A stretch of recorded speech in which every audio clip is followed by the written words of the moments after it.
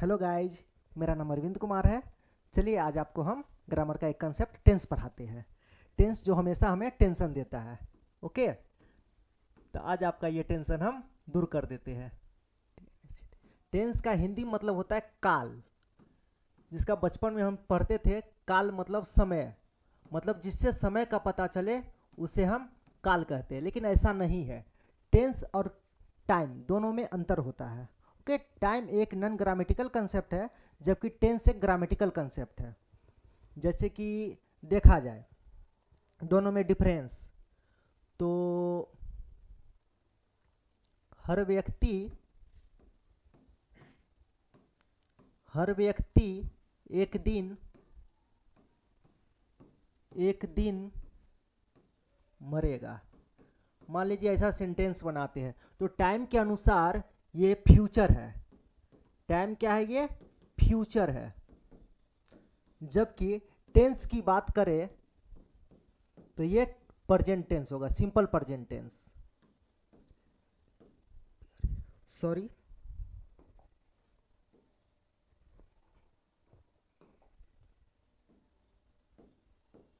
Present होगा। इसी प्रकार अगर हम बोले सोमवार को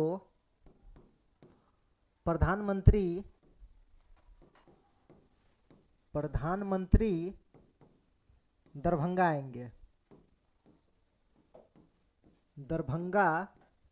आएंगे। ओके, तो टाइम की बात करें तो ये भी फ्यूचर ही होगा। लेकिन अगर टेंस की बात करें तो ये प्रेजेंट टेंस है। ओके, तो यहाँ पर हमने देखा कि टाइम और टेंस अलग अलग है। तो आखिरकार टेंस है क्या? तो चलिए देखते हैं टेंस क्या है। It is the study of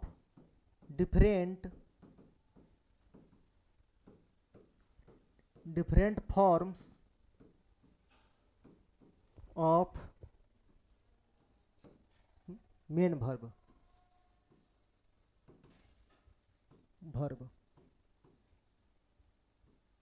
okay, अब जैसे कि टेंस में अलग अलग मेन वर्ब का अलग अलग रूपों का अध्ययन करते हैं। जैसे कि V1, V2, V3, V4, V5।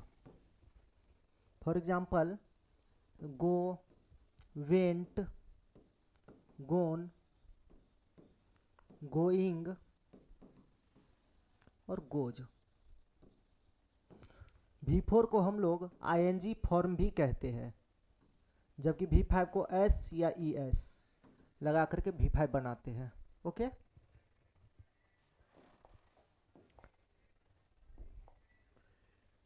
Tense के 3 प्रकार होते हैं। देयर आर 3 काइंड्स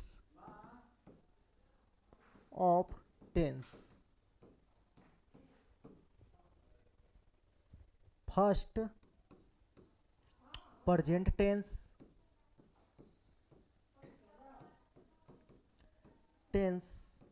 जिसका मतलब होता है वर्तमान काल।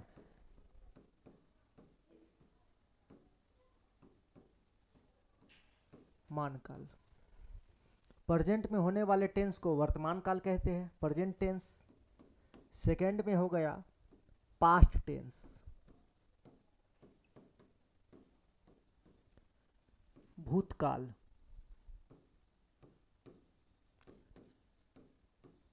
जब कोई क्रिया बीते समय में होती है तो उसे भूतकाल कहते हैं। थर्ड में है फ्यूचर टेंस,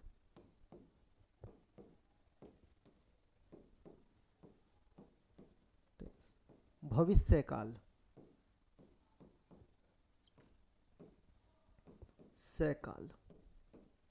ओके, जब कोई क्रिया फ्यूचर में होने वाली होती है तो उसे हम भविष्यकाल कहते हैं, फ्यूचर टेंस। चलिए अब टेंस का प्रत्येक टेंस का प्रकार देख लेते हैं। present tense. Present tense. Now there are four kinds of present tense. And the present tense, first, simple present tense. इसी का एक और नाम है present indefinite tense.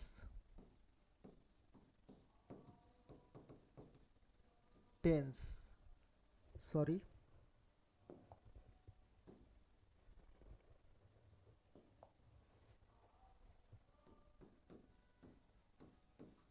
Tense. Second है प्रेजेंट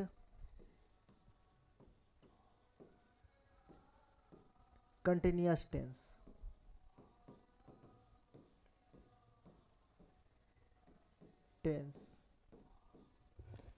इसी का एक और नाम है प्रेजेंट इम्परफेक्ट टेंस.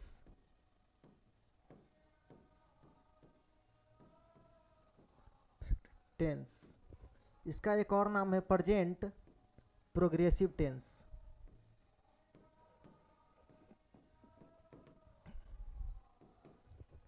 थर्ड में है present perfect tense. Okay. Fourth में है प्रेजेंट परफेक्ट कंटिन्यूअस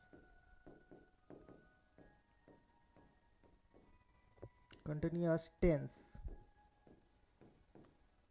ओके. इसी प्रकार बाकी के पास्ट और फ्यूचर के भी चार प्रकार हैं. ठीक है. जैसे सिंपल प्रेजेंट टेंस, तो यहाँ पर हो जाएगा सिंपल पास्ट टेंस, सिर्फ यहाँ पर चेंज करना है. या past indefinite tense, past continuous tense, past imperfect tense, past progressive tense, past perfect tense, past perfect continuous. Same future के भी चार प्रकार हैं. ओके. चलिए अब हम देखते हैं simple present tense.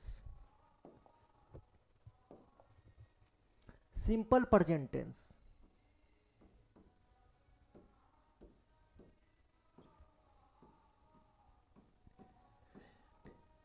Present tense, simple present tense.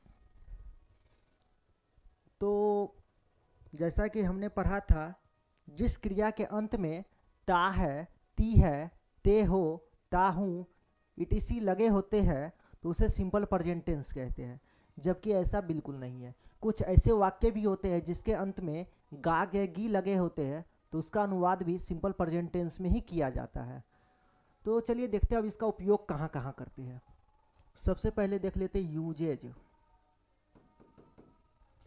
अगर हमें हैबिट का, जिस सेंटेंस से हैबिट का अर्थ प्रकट हो, daily routine,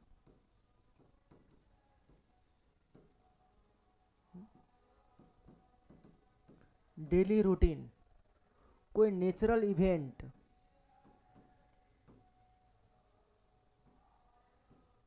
natural event,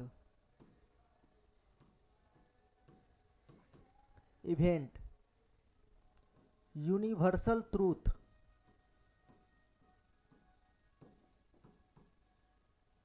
sorry,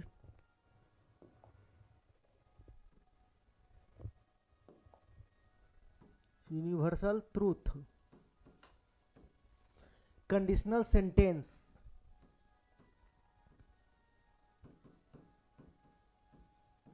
conditional sentence,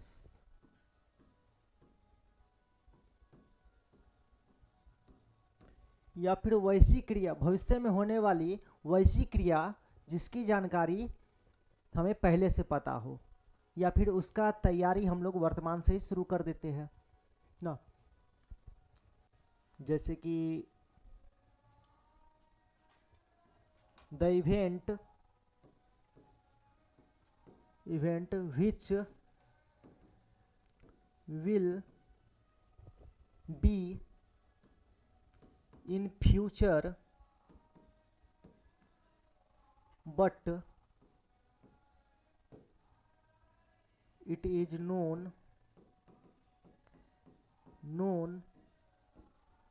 in present.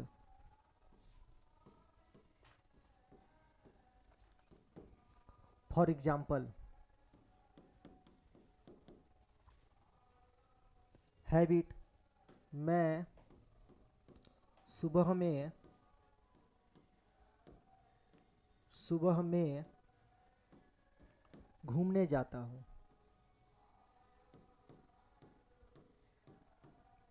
घूमने जाता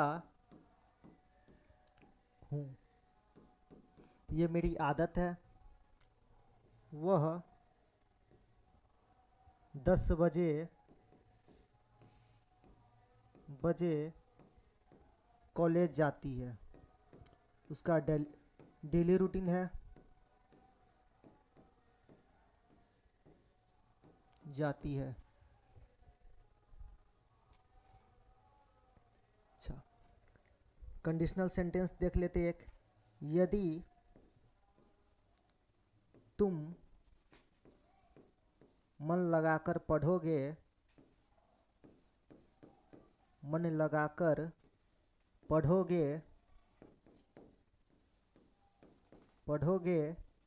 तो पास कर जाओगे।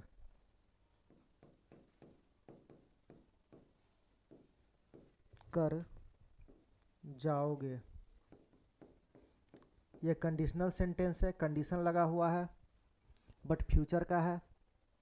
इसको भी सिंपल प्रेजेंट टेंस में बनाएंगे। और सोमवार को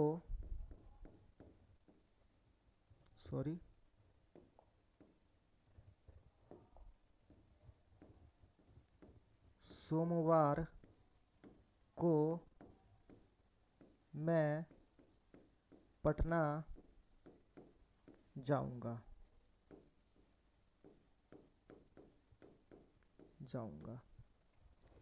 ओके, ये आगे देखते हैं। इसका पहचान, अब सिंपल प्रेजेंट टेंस की पहचान।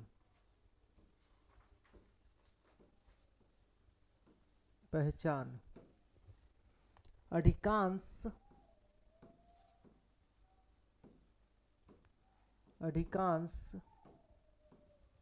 हिंदी वाक्यों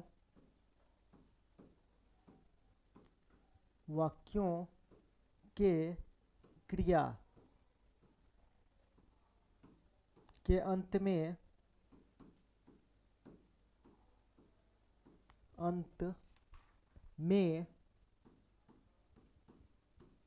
ता है,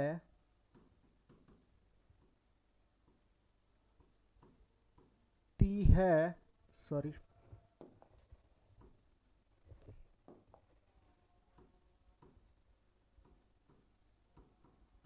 ती है, ते है, ते हो इत्यादि लगे होते हैं।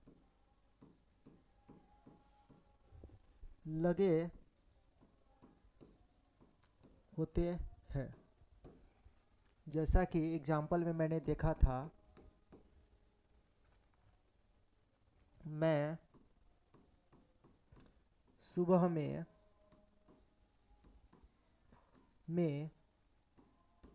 घूमने जाता हूँ।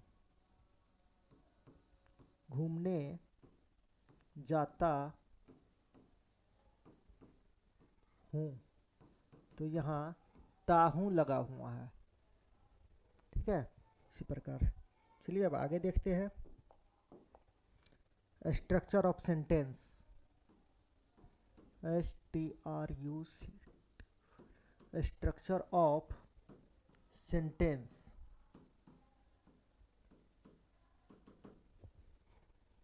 तो first affirmative sentence, affirmative sentence मतलब सकारात्मक वाक्य। इसका वो सब्जेक्ट प्लस V1 या V5 प्लस ऑब्जेक्ट। V5 का मतलब होता है वर्ब का पांचवा रूप। यदि V1 में वर्ब का फर्स्ट रूप में S या ES जोड़ दिया जाए तो ये V5 बन जाता है। ओके, तो I, we, you, they या फिर कोई प्लूरल नाउन, प्लूरल नाउन के साथ हम V1 का प्रयोग करते हैं। ओके, ही, सी, इट या फिर कोई सिंगुलर नाउन,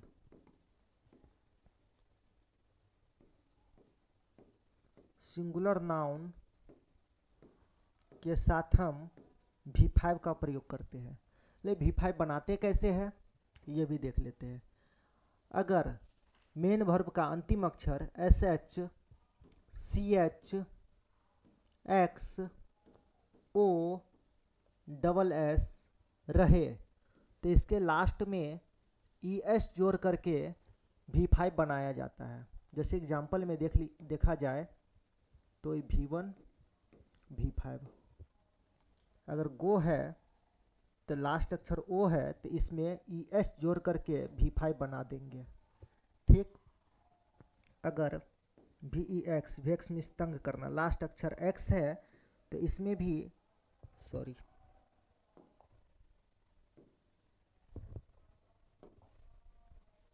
VEX, ES जोड़ के V5 बनाएंगे।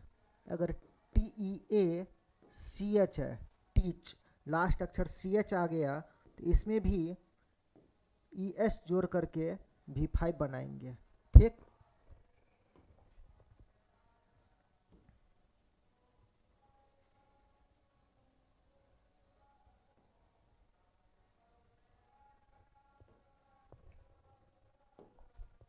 अगर लास्ट अक्षर Y रहे और Y से पहले कॉन्सोनेंट रहे तो Y को हटाकर IS जोड़ के V5 बनाते हैं। कॉन्सोनेंट प्लस IS, Y को हटा करके IS जोड़ के V5 बनाएंगे। जैसे CRY, क्राई, लास्ट अक्षर Y है और Y से पहले कॉन्सोनेंट है तो Y को हटा देंगे और IS जोड़ देंगे, V5 बन गया। TRY, ट्राई, इसका हो जाएगा TRIES, ट्राइज। FLY, फ्लाई, इसका हो जाएगा FLIES, flies. Study, STUDY, study, इसका हो जाएगा STUDIES, studies. Okay,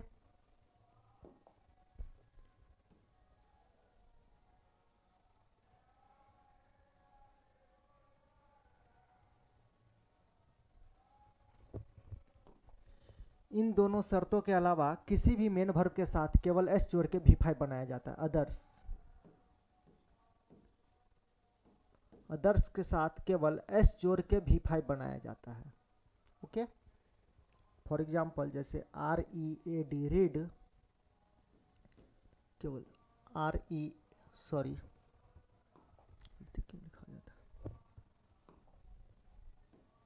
ADS, reads. Okay, read, ask, ASK, ask, ASKS, asks. Come, COME, come, CO, MES comes। ठीक, चलिए अब अफर्मेटिव सेंटेंस पर कुछ एग्जाम्पल देख लेते हैं। तो अफर्मेटिव सेंटेंस का एग्जाम्पल था सब्जेक्ट प्लस V1 या V5 प्लस ऑब्जेक्ट। तो सबसे पहले मैं सुबह में, सॉरी यहाँ पर गलती क्यों हो रहा है, सुबह में घूमने जाता हूँ।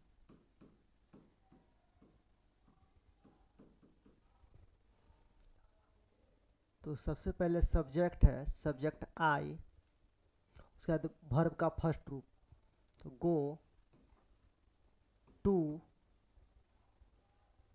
Walk in the morning, the morning,